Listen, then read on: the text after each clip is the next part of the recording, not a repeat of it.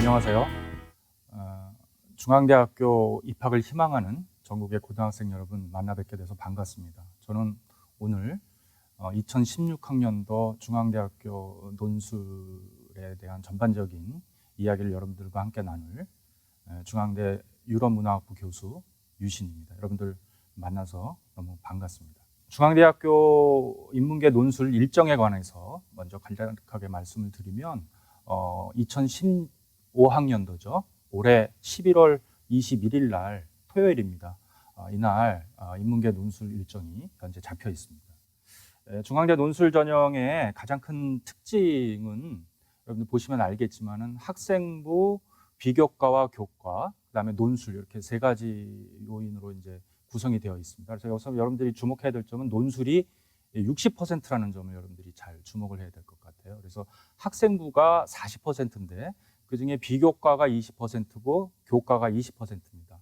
이 이야기는 여러분들이 고등학교 재학하면서 여러분들이 받은 그러한 내신 성적의 반영 비율이 그다지 상대적으로 그리 높지 않다는 것을 암시합니다. 그리고 여러분들 등급 간의 격차도 그리 크지 않기 때문에 논술 전형은 그야말로 여러분들이 논술을 잘 보는 학생들을 우리 중앙대학교에서 뽑기 위해서 만든 그런 전형이라는 점을 다시 한번 강조드리고 싶습니다. 선발 인원이 895명 되어 있습니다. 그래서 우리 중앙대학교가 전체 3,300명 정도를 우리가 뽑기로 지금 계획이 되어 있습니다. 그 중에서 895명을 논술 전형으로 뽑는다는 이야기는 거의 27%, 약 거의 한 30% 정도의 학생을 논술로 뽑겠다는 거거든요. 그래서 중앙대학교 논술 전형은 중앙대 여러 전형 중에서 가장 많은 그 인원을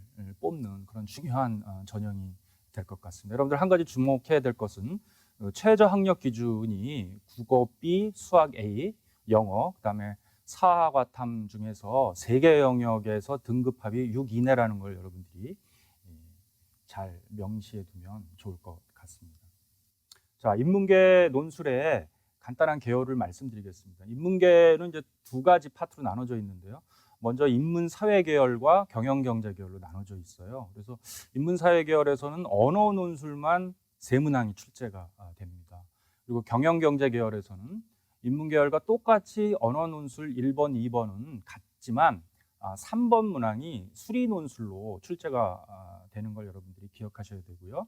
그다음에 전체 논술 시험 시간은 2시간 120분이고요. 그다음에 1번, 2번, 3번 모두 합쳐서 여러분들이 써야 될 그 총량은 1,600자 정도 내외가 될 것 같습니다. 그래서 2시간 안에 여러분들이 충분히 풀 수 있는 정도의 그러한 그 시험의 양을 저희가 내니까 뭐 시험 시간이 모자라서 못 썼다는 학생은 그리 많지 않은 것 같습니다. 이제 중앙대학교에서는 통합 논술이라는 개념을 도입을 해서 여러 지문들을 동시에 제시를 하고 그 지문들 사이에 내적인 어떠한 유기관계를 여러분들이 추론해서 세 문제 혹은 두 문제를 6개나 9개 정도 되는 지문을 한꺼번에 여러분들이 읽고 동시에 풀 수 있는 그러한 통합형 논술로 저희가 2000년대 초부터 출제의 방향을 바꿨습니다.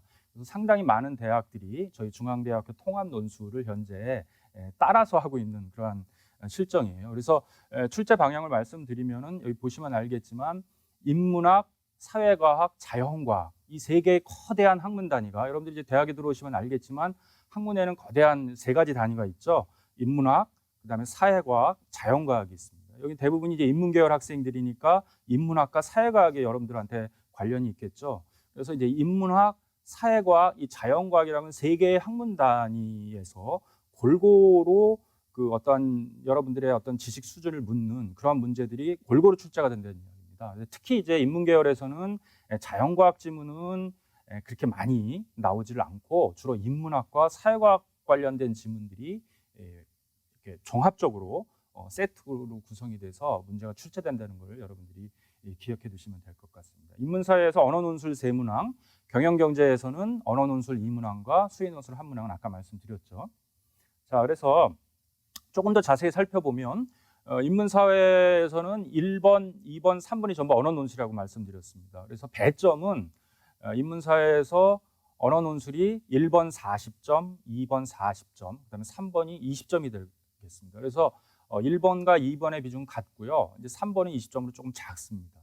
그리고 글자 수는 550자에서 570자로 1번, 2번이 공통이고요. 그다음에 문제 3번은 배점 수가 조금 낮기 때문에 그거보다는 조금 적게 여러분들이 쓰셔도 됩니다. 그리고 경영경제 계열은 1번, 2번은 인문사회와 똑같고 문제 3번만 수리 논술로 출제가 됩니다. 대부분 이제 경영경제 계열 학생들은 경영학과나 혹은 경제학과를 지망한 학생들이 많기 때문에 수리적 사고 능력이 굉장히 중요하겠죠. 그래서 수리 논술을 첨가를 했습니다. 인문사회에서도 원래 2년 전까지만 해도 문제 3번에서 똑같이 경영경제와 똑같이 수리 논술을 문제 3번에 넣었었습니다.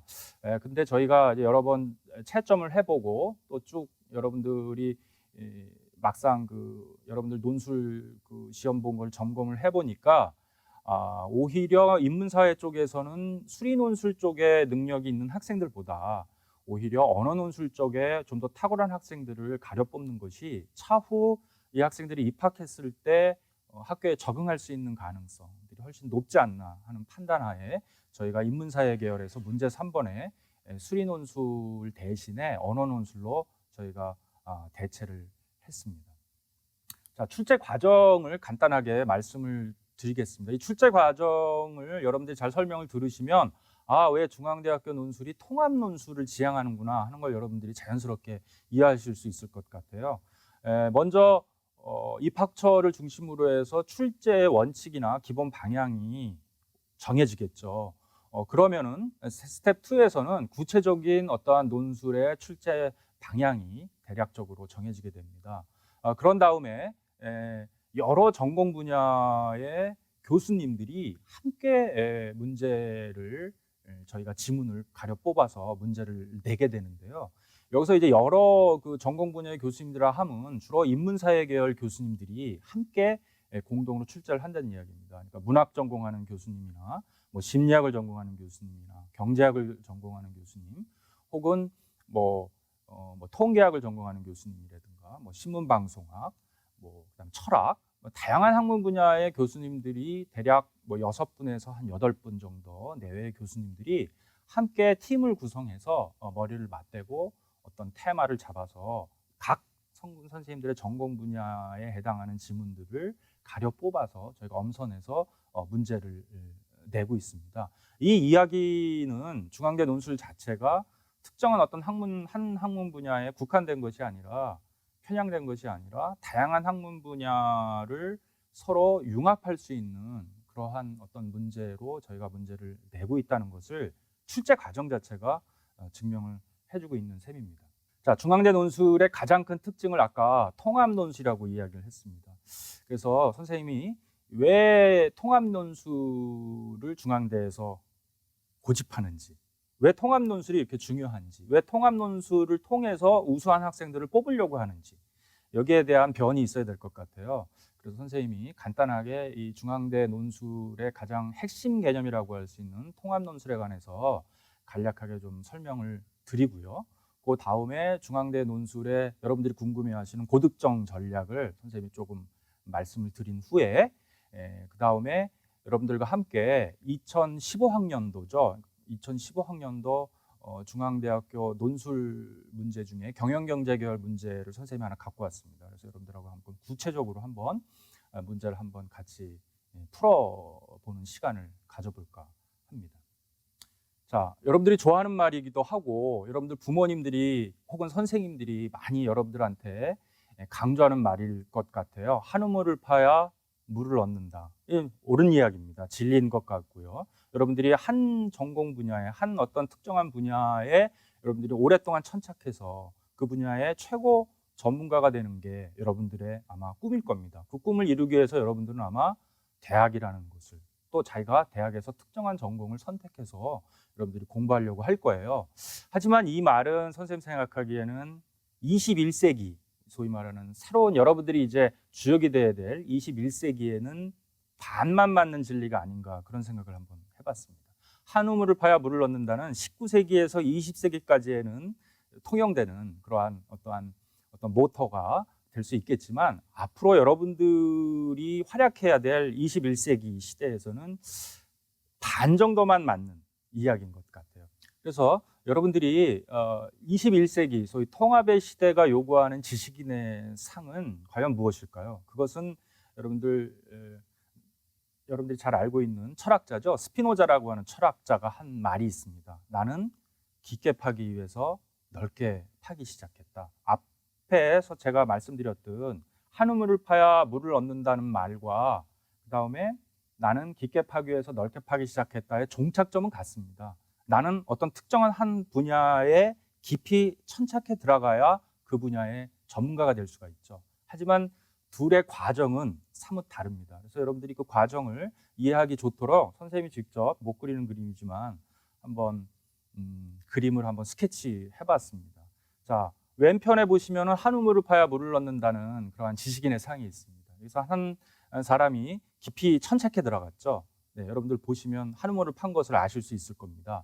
하지만 이 사람이 여기서 볼 수 있는 시야는 제한되어 있는 것을 여러분들이 보실 수 있을 거예요.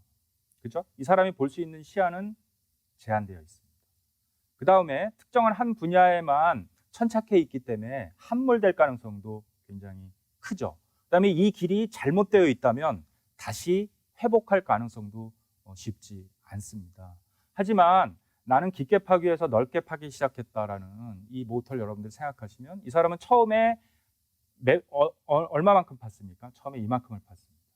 그 다음에는 좀 좁혀서 이만큼을 파들어갔죠. 그 다음에는 조금 좁혀서 이만큼을 파들어갔습니다. 그 배는 더 좁혔습니다. 더 좁혔습니다. 점점 관심 분야를 좁혀가면서 자기가 정말 열심히 할 수 있는, 제일 잘할 수 있는 분야를 천천히 발굴해 나가면서 깊이 있게 파들어갔습니다. 이 사람이 판 깊이와 이 사람이 판 깊이는 똑같습니다. 하지만 이 사람이 바라보는 세계는 상당히 넓게 세상을 바라볼 수 있고 함몰될 가능성도 없이 굉장히 안정되어 있죠. 이 세계를 바라보는 시야가, 안목이 확연히 다릅니다. 자, 이 통합 논술을 이야기하면서 선생님이 이 이야기를 한 이유는 과연 무엇일까요? 자, 통합 논술은 특정한 한 과목의 지식을 여러분들한테 묻는 그런 문제가 아닙니다. 국어, 사회, 법, 문학, 예술, 철학, 윤리, 경제, 과학, 다양한 학문 분야에 보이지 않는 어떠한 내적인 연관성들, 그 연관성들을 여러분들이 찾아내서 그것을 여러분들이 보이지 않는 연관성을 여러분들의 언어로 표현할 수 있는 능력, 그런 능력을 갖춘 그런 학생들이 21세기 소위 통섭의 시대가 요구하는 소위 말하는 다빈치형 인재라는 말 많이 하죠. 그러한 인재가 될 수 있는 가능성이 상당히 높다고 선생님이 생각을 합니다. 그래서 21세기는 여러분들이 아시겠지만 통합의 시대입니다. 가만히 여러분들이 보시면 지금 이 시대는 끊임없이 다양한 학문 분야, 다양한 어떠한 세계로 이렇게 분화되고 있으면서 동시에 하나로 거대한 하나의 묶음으로 통합이 되고 있는 걸 여러분들이 보실 수가 있을 것 같아요. 여러분들이 한번 예를 들어보면 우리가 대륙별로 보면 소위 국경은 있지만 경제적 국경이라고 하는 건 이미 사라진 지 오래됐죠. 그래서 거대한 경제 공동체, 여러분들 유럽에 있는 유럽 연합 같은 것들이 거대한 경제 공동체죠. 하나의 화폐를 단위를 같이 쓰고 있죠. 그런 경제 공동체로 여러 나라들이 어떠한 묶이고 있죠. 거대하게.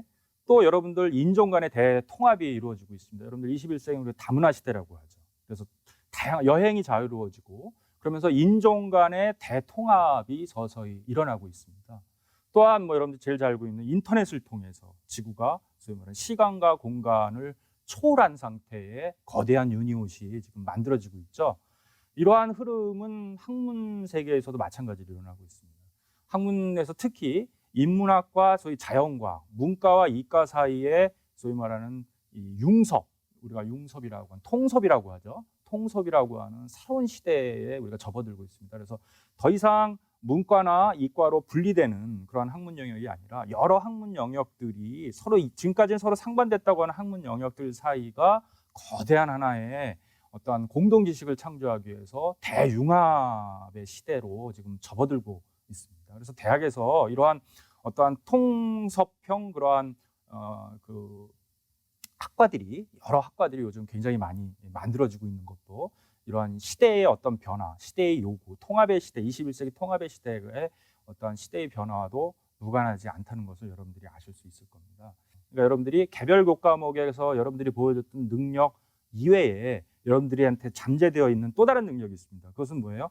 여러분들 교과목과 교과목 사이에서 여러분들이 뭔가 어떠한 새로운 어떠한 생각을 여러분들이 찾을 수 있는 그런 통섭적인 사고력 같은 것들, 그런 능력이 잠재되어 있는 학생을 우리가 이 논술이라고 하는 통합 논술이라는 것을 통해서 그걸 걸러내는 거죠. 쉽게 얘기하면. 그래서 여러분들을 우수한 인재를 뽑아서 그 학생들을 우리 중앙대학교에서 미래 21세기의 인재로 키우겠다는 이러한 포부가 우리 논술, 통합 논술의 저희 근본 취지라고 볼 수 있습니다. 그래서 통합 논술을 잘하려면 사실은 리믹스, 소위 말하는 DJ가 여러분들이 돼야 됩니다.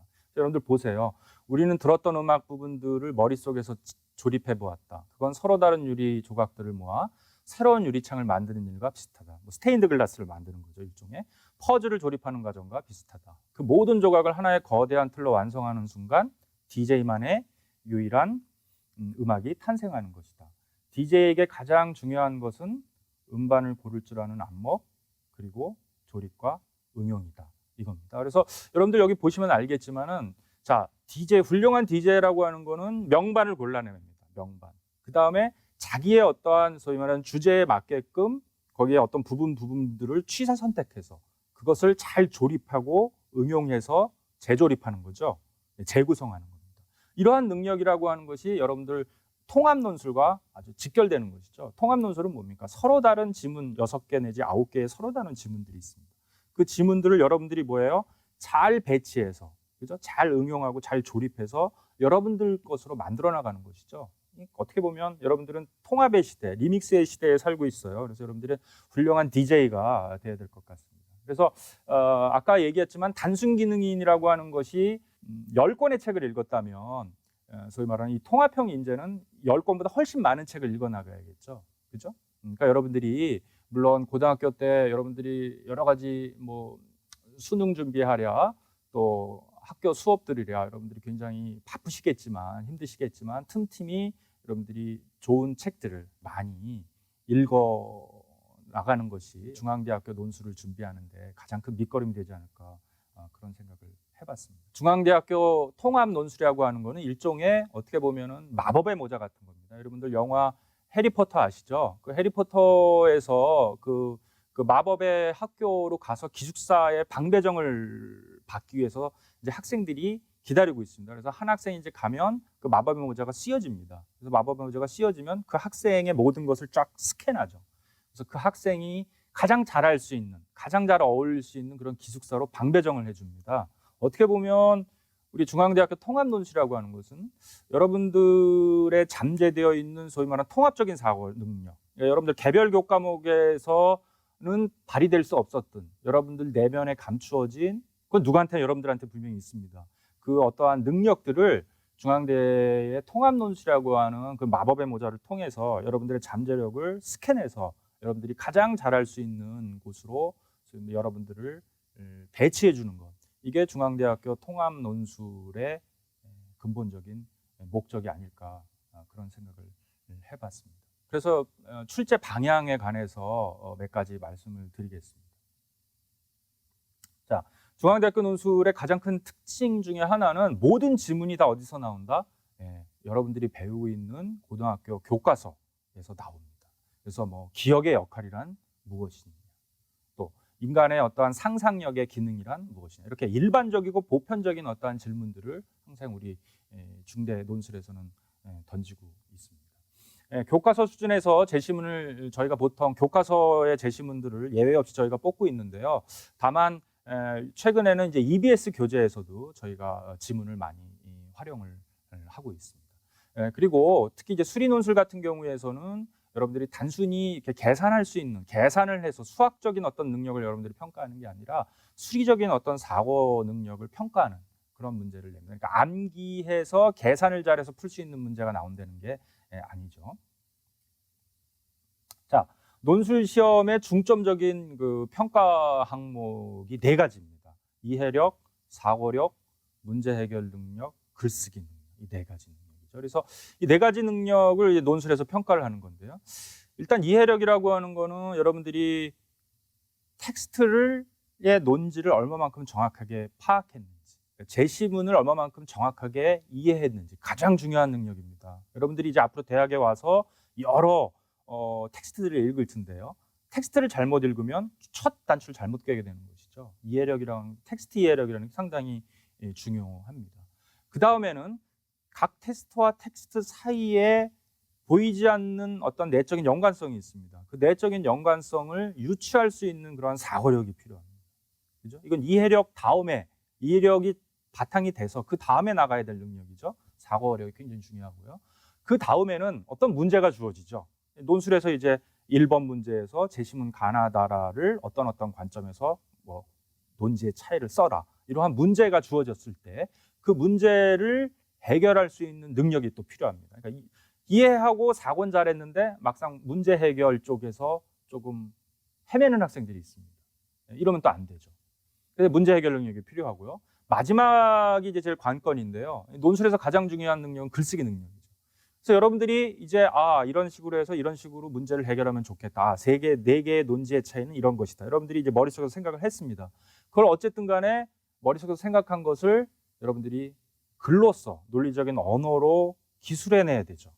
이 글쓰기 능력입니다. 이 4번째 글쓰기 능력에서 여러분들이 막히는 경우가 상당히 많이 있는 것 같아요. 그래서 이 글쓰기 능력이 논술에서 어떻게 보면 가장 중요하다고 볼 수 있습니다. 그래서 이 4가지 능력을 종합적으로 평가하는 게 논술입니다.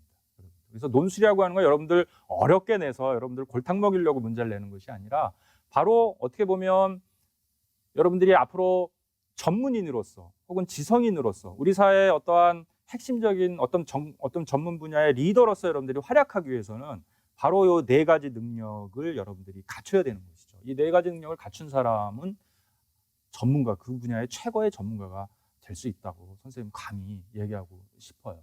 어떠한 상황을 정확하게 이해하고 상황과 상황 사이에 보이지 않는 연관성을 유추해내고 또 어떤 문제가 왔을 때 그것을 해결해내고 또 내가 가지고 있는 문제의식이나 어떠한 내가 가지고 있는 어떤 묘안이나 대안을 언어로서 상대방을 설득력 있게 표현하고 프레젠테이션 능력이죠.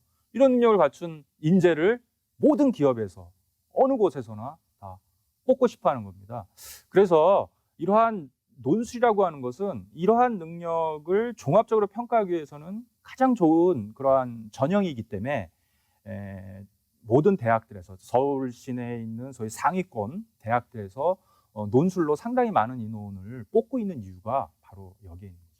네, 문제 유형을 간단하게 좀 몇 가지 정리해 보면 제시문들의 어떠한 그 공통된 주제를 찾아서 관련성을 분석하는 거라든가 또 공통점과 차이점, 또 비판하기, 그 다음에 어떤 대안 제시하기, 뭐 이런 것들이 이제 주로 언어 논술에서 많이 나오는 것이고요. 수리 논술에서는 이제 어떤 주어진 데이터나 자료나 현상을 수리적으로 이제 모형화하거나 모듈화해서 어떤 합리적인 어떤 의사결정 같은 것들을 합리적인 어떤 결론을 유출해 나가는 뭐 이런 것들이 주로 수리 논술에서 많이 나옵니다. 자, 논술의 핵심은 이제 요약이다. 뭐 이렇게 이야기를 할 수 있는데요. 먼저 제시문을 분석하고 분석한 내용을 여러분들이 압축해서 여러분들의 언어로 표현하면 됩니다. 어떻게 보면 가장 간단해요. 여러분들이 제시문을 잘 읽고 그 제시문의 주제를 여러분들이 잘 압축해서 여러분들의 언어로 그대로 베끼면 안 되죠. 여러분들의 언어로 바꾸면 사실은 중앙대 논술의 1번 문제는 해결할 수 있을 것 같아요. 그래서 여러분들이 분석을 할 때는 큰 주제와 소주제를 여러분들이 잘 구별을 해야 될 것 같습니다. 큰 주제라고 하는 건 뭐 예를 들어서 뭐 이런 거죠. 뭐 이제 앞으로 우리가 문제를 뒤에 가서 풀겠지만 이제 선택을 하게 되는 동기의 차이를 한번 써봐라는 게 이제 문제가 있습니다. 그러면 선택이라는 게 대주제죠.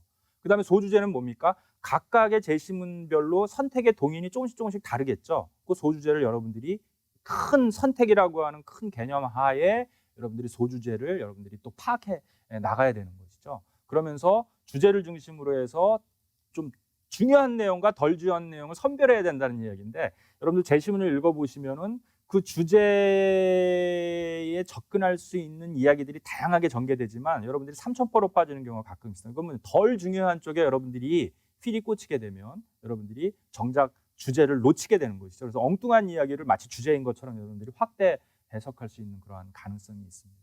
그래서 중요하지 않은 것들을 제거하면서 중요한 어떠한 문장을 여러분들이 핵심 문장으로 골라내는 능력, 이게 상당히 여러분들한테는 중요한 그러한 능력일 것 같아요. 그래서 이런 과정들은 좀 이따 선생님이 구체적으로 문제를 풀면서 또 이야기를 해드리기로 하겠습니다. 그래서 중앙계 논술의 고득점 전략에 관해서 한번 말씀을 드리겠습니다. 그래서 특히 중앙대 논술이 1번 문제는 항상 서론, 본론, 결론을 갖춘 하나의 완성된 문장으로 여러분들이 써야 됩니다. 그래서 논술의 가장 핵심적인 것은 반드시 서론과 본론과 이 결론으로 구성되어 있어야 되는데요. 서론은 한두 문장이면 충분합니다. 두 문장도 선생님 보기엔 많다고 생각하고요. 한 문장으로 여러분들의 논지를 명쾌하게 제시해 주면 될 것 같고요.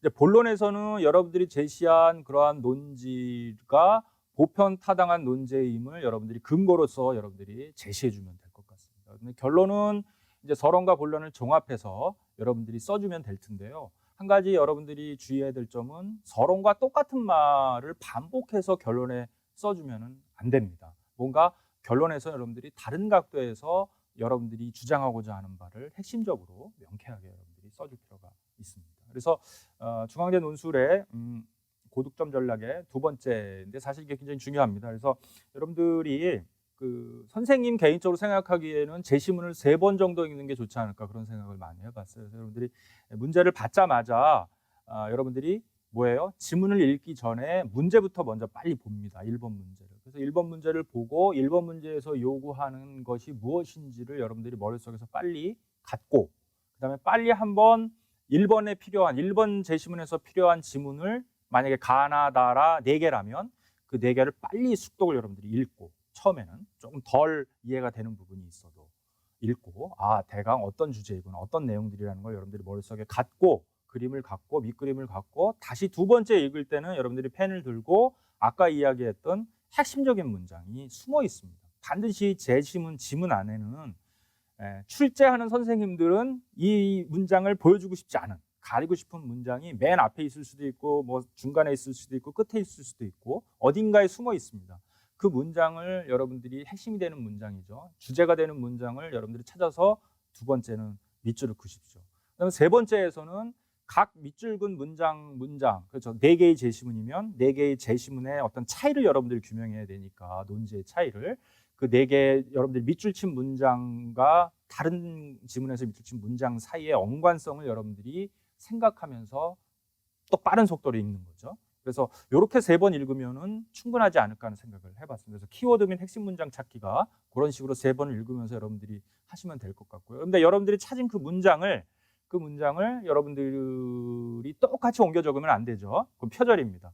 여러분들의 언어로 바꾸는 능력, 이거가 상당히 어려운 능력입니다. 이 능력은 단시일내 해결되는 능력이 아니라 여러분들이 꾸준히 독서를 하고 많은 책들을 읽고 여러분들의 어휘의 파워를 여러분들이 축적해 나갈 수밖에 없는 거죠. 그랬을 때 여러분들이 여러분들의 언어로 여러분들의 생각을 논리적으로 쓸 수 있는 능력이 생깁니다. 그다음에 결론이 중요한데요.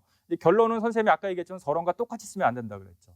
그래서 이제 결론에서는 4개의 제시문들 사이에 어떤 유추성이라 그럴까 연관성 같은 것들 여러분들이 한번 추적해 보시는 게 좋을 것 같습니다. 그래서 뭐 가하고 나는 뭐 어떤 긍정적이다.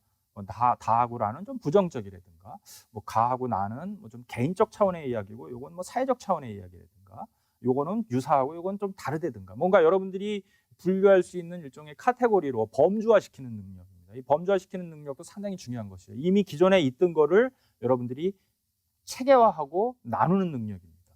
그 다음에 이러한 이분법적인 체계로 분류하는 추론 능력도 상당히 중요하고 또 하나는 결론에서 여러분들이 중요한 능력 중에 하나는 앞에서 했던 말을 유사 개념으로 압축해서 다른 말로 표현하는 거죠. 이게 상당히 중요한 능력입니다. 앞에서 했던 말을 압축해서 다른 언어로 바꿔서 여러분들이 표현하는 그런 능력입니다.